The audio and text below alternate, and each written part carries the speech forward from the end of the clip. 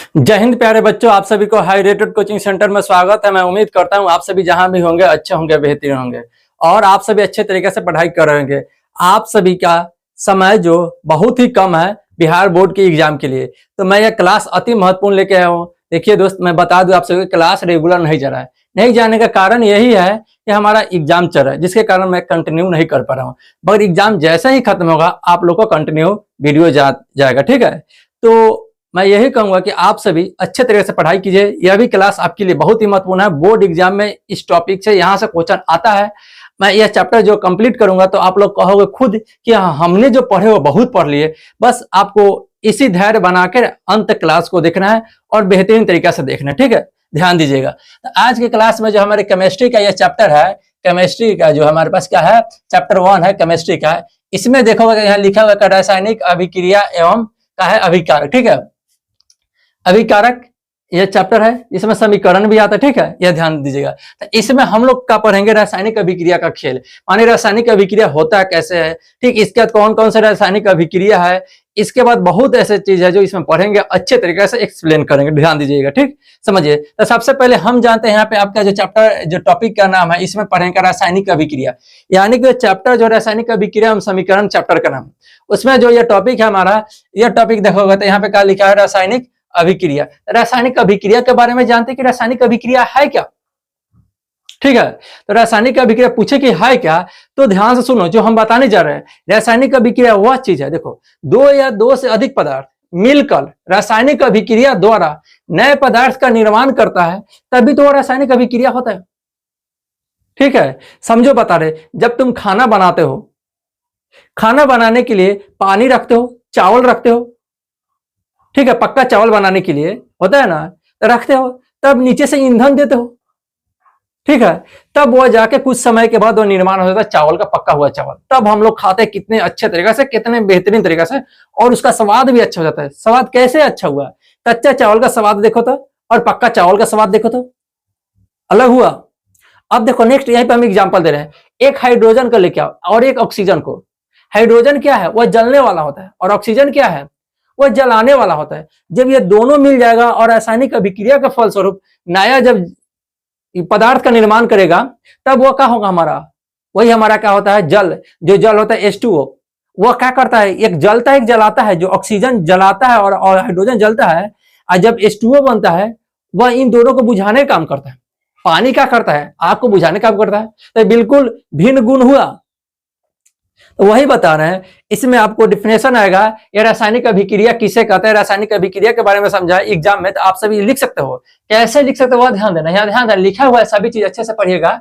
जब दो या दो से अधिक पदार्थ, यहाँ लिखा हुआ है, ध्यान दीजिएगा, लिखा हुआ है, इसमें हमें क्या पढ़ना है, यहाँ जब दो या दो से अधिक पदार्थ, ठीक है, रासायनिक अभिक्रिया के फलस्वरूप, रासायनिक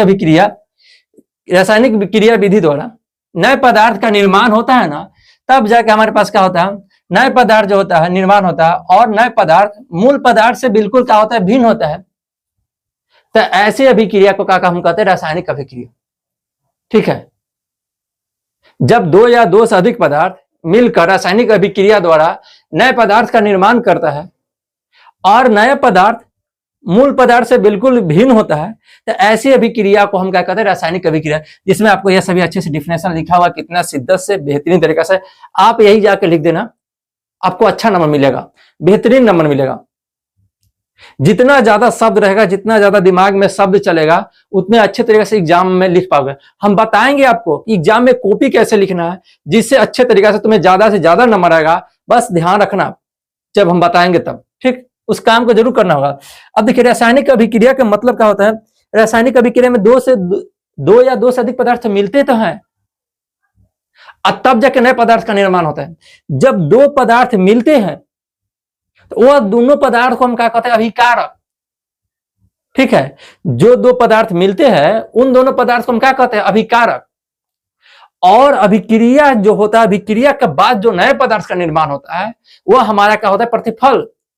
याद रखिएगा, यहाँ लिखा हुआ देखिएगा, एग्जाम्पल समझिएगा। यहाँ पे आपको एग्जाम्पल दिखाया जाएगा, ठीक है। यहाँ समझिएगा कि देखिए ए और बी जो है, यह दोनों पदार्थ मिल रहा है। ए बी सी भी हो सकता है, ए बी सी भी हो सकता है, कुछ भी हो सकता है। मतलब ए बी पदार्थ मिल रहा है, तो ए बी मिलने के बाद हमारा क्या हो रहा है, सी और डी बन रहा है। देखो यहाँ पे आपका एग्जांपल लिखा रहेगा, यहाँ अच्छे से पढ़िएगा। यहाँ HCl लिखा है और NaOH लिखा हुआ है। HCl मतलब हाइड्रोक्लोरिक अम्ल, ठीक है, और NaOH जो होता है सोडियम हाइड्रोक्साइड। यह दोनों मिलता है, दो पदार्थ मिला, यह अम्ल है या भस्म है, अम्ल भस्म मिला, तब अभिक्रिया हुआ, अभिक्रिया का फल स्वरूप नए पदार्थ का जो निर्माण हुआ वही हमारा तो कहा था NaCl और H2O जल होता है, नमक और जल का निर्माण होता है। और अम्ल और भस्म मिलने से लवण और जल का निर्माण होता है।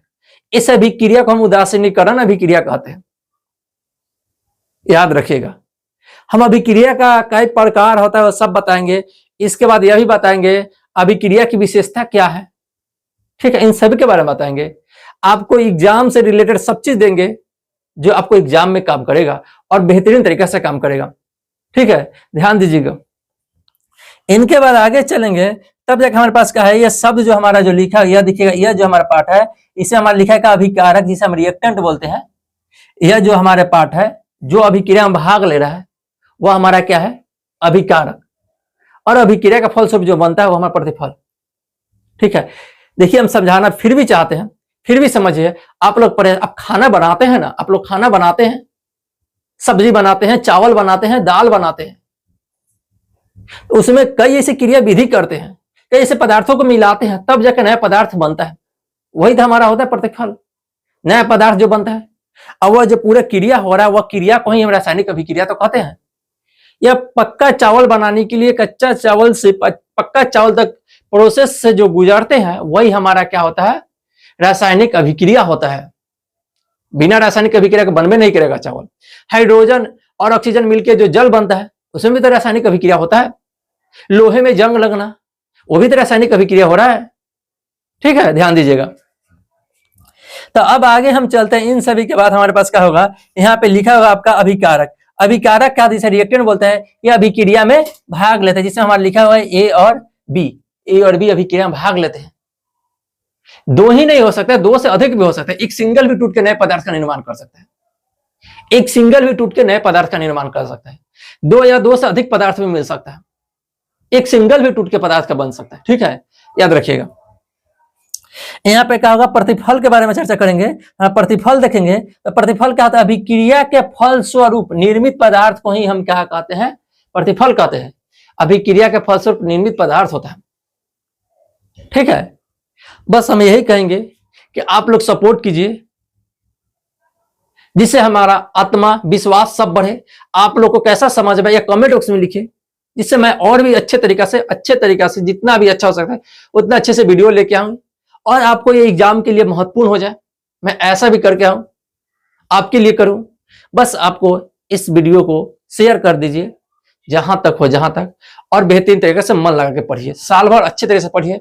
देखिए रिजल्ट कैसे नहीं आएगा, कितना अच्छा रिजल्ट आएगा, ये सब चीज आएगा, बस आपको पढ़ना होगा बेहतरीन तरीके से, ठीक है। आज के लिए इतना रखते हैं, फिर मिलेंगे नेक्स्ट क्लास में। ओके बाय, जय हिंद।